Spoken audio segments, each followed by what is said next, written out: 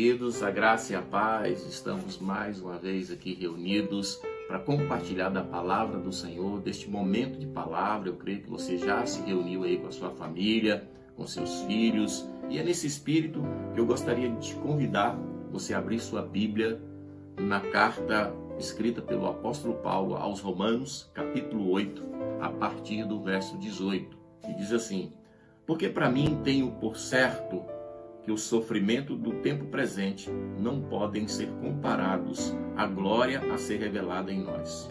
A ardente expectativa da criação aguarda a revelação dos filhos de Deus, pois a criação está sujeita à vaidade, não voluntariamente, mas por causa daquele que a sujeitou, na esperança de que a própria criação será redimida do cativeiro da corrupção para a liberdade da glória do Filho de Deus. Porque sabemos que toda a criação, em um só tempo, geme e suporta angústia até agora. E não somente ela, mas também nós, que temos as primícias do Espírito, igualmente gememos em nosso íntimo, aguardando a adoção de filhos, a redenção do nosso corpo. Porque na esperança fomos salvos. Ora, esperança que se vê não é esperança. Pois o que alguém vê, como espera? Mas se esperamos o que não vemos, com paciência aguardamos. Também o Espírito semelhante nos assiste em nossa fraqueza, porque não sabemos orar como convém, mas o mesmo Espírito intercede por nós, sobremaneira, com gemidos inexprimíveis. E aquele que sonda os corações sabe qual a mente do Espírito, porque segundo a vontade de Deus é que intercede pelos santos. Sabemos que todas as coisas cooperam para o bem daqueles que amam a Deus, daqueles que são chamados segundo o seu propósito. Essa carta do apóstolo Paulo é muito interessante, porque ele é o livro que mais enfatiza a remissão do pecador, a justificação do homem em Jesus Cristo, o amor prático de Deus pelas nossas vidas. E nós precisamos atentar para esses textos, e os textos relatados nessa carta, porque eles são muito práticos. Eles são muito práticos. O apóstolo Paulo traz algumas referências importantes que nós precisamos atentar para esse texto. E eu gostaria de começar a comentar com os irmãos a partir do verso 18, que vai começar dizendo, olha, porque para mim tenho certeza. Então, porque é uma conjunção coordenativa. Ela traz a explicação ou a consequência dos escritos anteriores, do que tinha relatado anteriormente. E nessa conclusão desse texto que Paulo escreve no verso 16 e verso 17, ele diz assim: o próprio Espírito testifica com o nosso Espírito que somos filhos de Deus. Ora, se somos filhos, também herdeiros de Deus e cordeiro com Cristo. Se com ele sofremos, também com ele seremos glorificados. Então, esse texto ele vem trazendo a garantia da nossa redenção em Cristo Jesus e do nosso direito de filhos de Deus.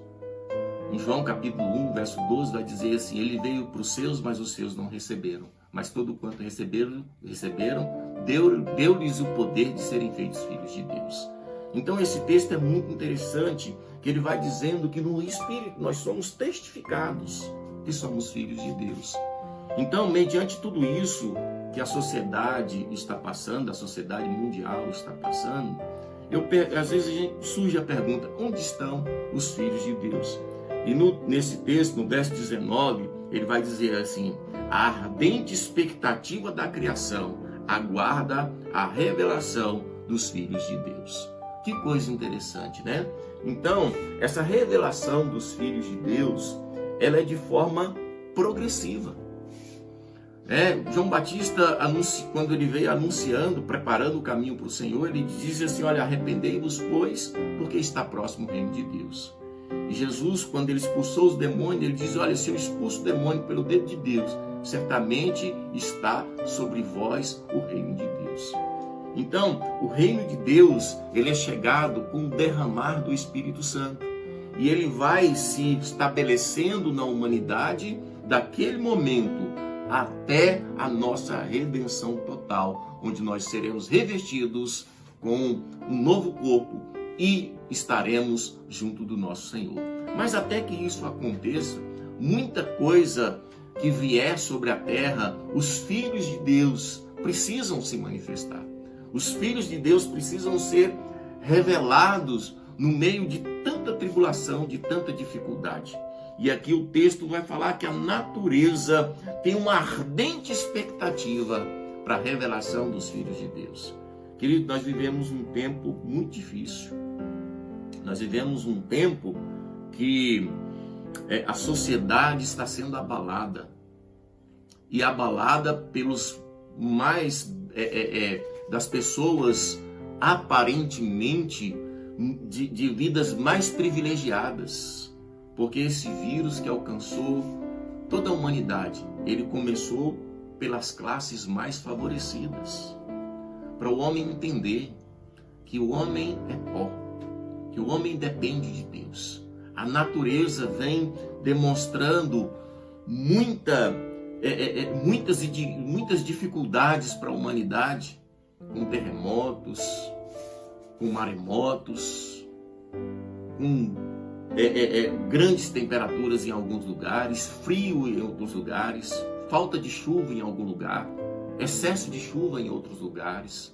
Tudo isso são sinais da natureza, da manifestação da natureza. E aqui a Bíblia fala que essa natureza, ela tem uma ardente expectativa. Toda essa criação tem uma ardente expectativa.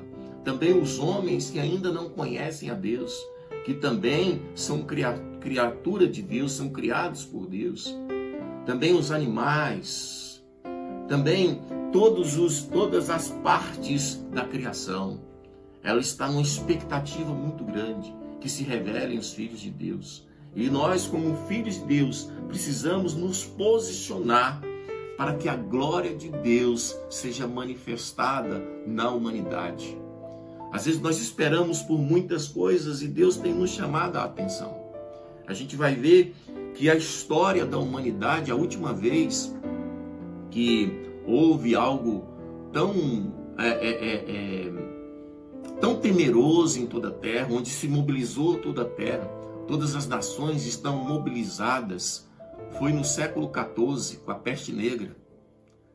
E aí nós vamos ter novamente algo que mobilize toda a humanidade, tão centrado, tão assim focada no mesmo problema agora. E é interessante quando a gente estuda a história no século XIV, que vai ali do ano 1300 e pouco até 1400, até o finalzinho dos anos 300, e a gente vai ver um grupo de irmãos que começam a orar e começam a falar sobre o Evangelho, que ele deveria ser anunciado. Cada um tinha essa responsabilidade.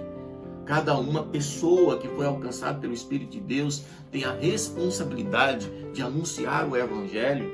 Na cidade de Boêmia e na cidade de Morávia, um grupo de jovens começaram a se reunir e falar logo depois da manifestação dessa peste negra. E era de casa em casa, porque não podia reunir grupos grandes de pessoas. E até do ano 1400 até o ano 1600, eles ficaram ali reunidos em suas cidades. Até que veio um líder religioso e perseguiu esse povo, eles tiveram que espalhar por toda a terra. E logo depois dessa peste negra, o Evangelho começou a ser anunciado por um grupo que posteriormente foi chamado de moravianos, pregando o Evangelho que liberta, que cura, que salva, que nos dá essa progressão de vida, conforme está no livro de Provérbios, que a vereda do justo é como a luz da aurora, brilha mais e mais até chegar a dia perfeito. Queridos, quando eu olho para esse texto, eu me lembro que durante muito tempo eu trabalhei em serviço noturno e teve uma época que eu ficava observando o dia clarear e eu notei que os últimos minutos ou os últimos segundos da noite são os mais negros. Quando a noite dá aquela escurecida, é porque o dia logo está nascendo, logo o sol está se pondo. E aí eu observei que esse texto ele fala de algo e logo depois o dia vai clareando, clareando até chegar a luz do sol que está sobre as nossas cabeças, trazendo o calor, o momento do dia mais quente, mais claro. E da mesma forma é a vereda do justo. Ela brilha mais e mais até chegar ao dia perfeito. E assim como aqueles jovens que nasceu ali naquela cidade de Boêmia e de Morávia, onde eles pregavam o evangelho de casa em casa, começou numa pequena casa, nós precisamos retroceder nos nossos conceitos e valores de igreja institucionalizadas e voltarmos a esse princípio de filhos de Deus, porque a criação está gemendo pelos verdadeiros filhos de Deus, para que se manifestem os verdadeiros filhos de Deus.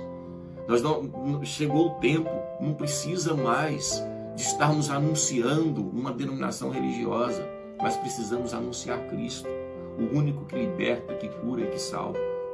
No livro de Romanos, se nós pegarmos no capítulo 1, no verso 18, vai dizer que Deus, que diz que a ira de Deus se revela no céu contra toda impiedade e perversão dos homens que detêm a verdade pela injustiça. Nós vivemos o tempo da conveniência, onde a verdade ela só é dita se ela me for conveniente. E ali no capítulo 1 a gente foca muito em perversão do homem para a área de sexualidade, para outras coisas, mas a gente esquece que lá está falando daqueles homens que tiveram experiência com Deus, que conheceram a Deus e mesmo conhecendo a Deus, eles se perverteram. Então, ali está falando também dos religiosos que conheceram a Deus e deram a mínima para Deus. E a natureza, a criação toda busca homens e mulheres no nosso tempo de um coração sincero, de verdadeiros filhos de Deus, que habita dentro dele o Espírito Santo e testifica nesse Espírito que ele é filho de Deus. E essa revelação progressiva vai chegar até a redenção do nosso corpo, que está no verso 23. Esse é o propósito dos filhos de Deus aqui na terra. Esse é o propósito de nossas vidas como filhos de Deus. Uma outra coisa que nós aprendemos no verso 26 é que verso 25, aliás, verso 24 e 25, primeiro tem algo importante, porque a nossa esperança, fomos salvos, ora, esperança que não está pautada naquilo que eu estou vendo. Porque se eu ficar pautado naquilo que eu estou vendo, em toda a terra, as igrejas estão todas fechadas. Não é aquilo que eu estou vendo, é aquilo que eu creio. Porque naquilo que eu não vejo, eu tenho paciência e a minha esperança está fundamentada. Porque, na verdade, 2 Coríntios capítulo 4, verso 18, diz, olha, não atentando nós nas coisas que se veem, mas as que não se veem, porque as que se veem são temporais e as que não se veem são eternas. É nisso que nós fundamentamos a nossa fé como filhos de Deus.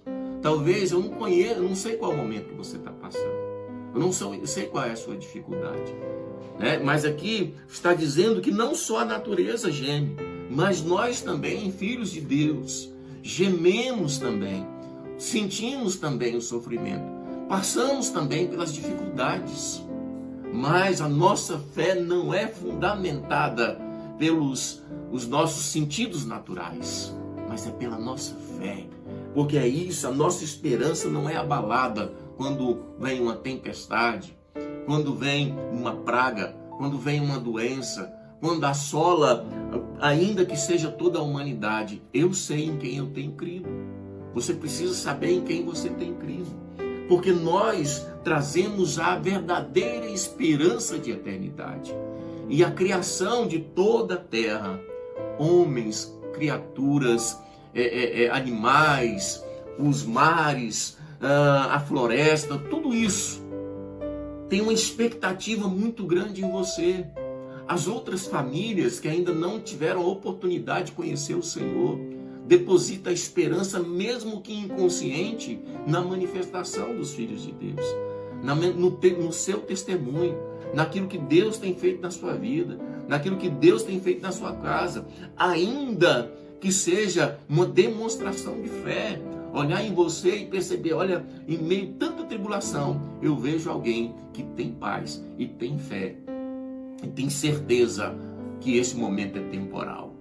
E a manifestação dos filhos de Deus estão no testemunho daqueles que estão nessa condição, testificando pelo próprio Espírito que são filhos de Deus. Agora sim, nós vamos para o verso 26, dizendo assim, olha, também o Espírito semelhantemente nos assiste em nossa fraqueza, porque não sabemos orar como convém, mas o Espírito intercede por nós, sobremaneira, com gemidos inexprimíveis. Queridos, nós também temos as nossas fraquezas. Nós também temos as nossas limitações. Não espere encontrar pessoas perfeitas, nem do seu lado, nem na igreja, nem você mesmo, nem na sua família. Nós somos pessoas frágeis, pessoas também com dificuldade, que também deslizam, que também falham e que também caem. Nós somos pessoas assim. Não traga uma condenação sobre você ou sobre aquele que está ao seu lado irreversível. Seja flexível também, entendendo que ela também tem suas dificuldades, suas limitações e suas fraquezas. E que muitas vezes nós não sabemos sequer como orar. Por isso, o Senhor Jesus, no capítulo 14 do Evangelho escrito por João, ele vai dizer assim, olha, eu vos enviarei um Consolador. Não vos deixarei órfãos, mas vos enviarei um Consolador. E esse vos fará lembrar de tudo que eu tenho ensinado. Então, o Espírito Santo, ele que é o nosso Consolador, ele nos traz essa motivação que se faz necessária nesses momentos de angústias, de tribulação, de dificuldade, onde o Senhor tem nos dado a oportunidade de voltarmos ao princípio de verdadeiros filhos de Deus. Não é mais uma característica que demonstra a minha religião, da qual nós vamos convencer o mundo que ele precisa vir participar da minha religião, da minha denominação. Não é nada disso. Mas é a identidade de filhos de Deus, aquele que leva paz onde existe contenda, leva alegria onde existe tristeza, está sempre conciliando e não gerando mais polêmica, que pauta a sua vida na vida do nosso Senhor e Salvador Jesus Cristo, sendo imitador dele, assim como nós somos imitadores dos apóstolos, assim como nós somos imitadores daqueles que se dobraram ao Senhor. Esse é o grande propósito para as nossas vidas como filhos de Deus. E essa geração, a criação de hoje, está esperando a sua manifestação, a minha manifestação, sermos diferentes, sermos alguém que realmente transmite a imagem e semelhança do nosso Senhor, porque como por espelho somos transformados de glória em glória na imagem do nosso Senhor. Essa é a esperança de toda a criação, que se manifeste verdadeiramente os filhos de Deus. Esse tem que ser o propósito da sua vida e da minha vida em meio à tribulação. Nós precisamos, assim como aqueles homens que foram chamados de movacianos, homens que tiveram a oportunidade de começar de casa em casa, proclamar o Evangelho, de casa em casa, e depois isso alcançou toda a terra. Isso que nós estamos fazendo hoje, compartilhando de casa em casa, no futuro bem próximo, ele vai fazer a grande diferença. Sabe por quê? porque somos aqueles que a Bíblia chama de filhos de Deus. Nós não temos que ser identificados pela nossa denominação religiosa ou pelo nosso credo, mas nós precisamos ser identificados como os verdadeiros filhos de Deus. Nós precisamos nos manifestar como verdadeiros filhos de Deus. E esta é a proposta.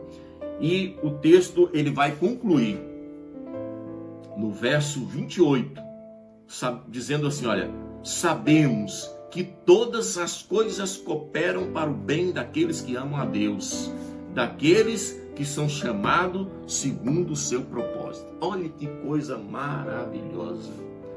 Todas essas coisas que estão passando, todas essas dificuldades que estão passando, tanto lá fora, quanto nas outras nações, quanto no Brasil, quanto no meu estado, quanto no meu bairro, quanto na minha casa, tudo isso coopera para o bem daqueles que amam a Deus. Todos aqueles que têm o seu coração firmados no Senhor, que têm dentro de si, habitando o Espírito Santo, todos aqueles cujo teu espírito é um com o Senhor no Espírito, conforme o apóstolo Paulo escreve na carta aos Coríntios, no capítulo 6, a partir do verso 17. E a conclusão é essa. Ele vai dizer assim, olha, daqueles que são chamados segundo o propósito de Deus. Queridos, todas as coisas contribuem para o bem daqueles de quem? Quem são aqueles? Aqueles que Deus tem um propósito. Deus tem um propósito com a sua vida. Deus tem um propósito com a sua família. Deus tem um propósito com você, onde Ele te colocou. No seu trabalho, na sua casa, na sua família, no seu bairro, no seu país, na sua nação. Deus tem um propósito. Você não nasceu, você como às vezes quando a gente era pequena, minha mãe corrigia a gente dizendo, olha, você não é filho de chocadeira. Você não é filho de chocadeira. Você é filho de Deus, um propósito. Você tem algo certo. Deus te colocou onde você está, com um objetivo e da manifestação da glória dele, já aqui na terra, já chegando o reino de Deus através da sua vida. Atente para isso. Todas as situações que nós passamos, seja ela de ordem mundial, ou seja ela de ordem individual, ainda que seja uma crise que eu estou passando comigo mesmo, uma crise existencial, tudo isso contribui para o seu bem, para o cumprimento do propósito da sua vida, para o cumprimento do propósito de Deus na sua casa, na sua família, na sua cidade, no seu país e até em outras nações, porque o Senhor nos chamou não somente para onde nós moramos ou para nossa casa ou para eu resolver os meus próprios problemas, mas para que eu seja alguém que impacte uma geração, para que eu marque a história, para que eu seja um homem conhecido por impactar a história onde eu vivi. Ainda que o Senhor Jesus não volte, ainda que nós já estivermos morando na nossa morada celestial, o nosso legado estará contribuindo para a vida dos outros que vieram após nós. Então atente para isso, que o Senhor Jesus possa encontrar lugar em seu coração com essa palavra e que ela possa produzir frutos dignos de arrependimento, frutos que não perecem, mas permanecem para sempre, mudando não somente a sua vida, mas a vida das pessoas que passarem pela sua vida. Eu quero orar com você. Senhor, meu Deus e meu Pai, diante da exposição da Tua palavra, Deus, que cada irmão, que cada irmã, que neste dia, Deus, está sendo ministrado, Deus, que essa palavra está alcançando. Deus, traga transformação, traga convicção, Deus, do projeto do Senhor na vida de cada um deles, Pai amado. E que eles possam perceber, Pai amado, o quão grande e especial eles são, Deus, no Teu reino, Pai querido. no grande propósito que o Senhor tem para a vida de cada um deles. Assim eu oro, Pai querido, em nome do Senhor Jesus. Amém. E graças a Deus, que o Senhor abençoe e que a graça dele possa estar sempre firme em nossos corações, nos levando a compreender o projeto que ele tem para as nossas vidas, em nome de Jesus.